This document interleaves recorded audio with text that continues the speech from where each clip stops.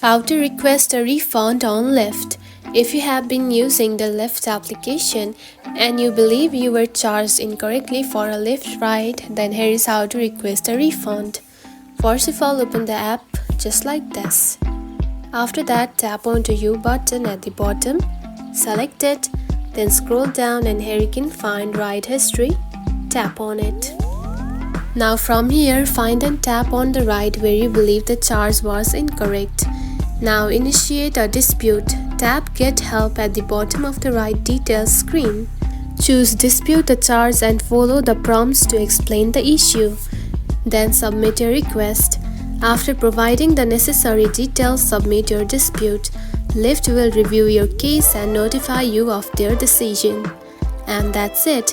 This is how you can request a refund on Lyft. If you found this video helpful, don't forget to like and subscribe for more tips. Thanks for watching.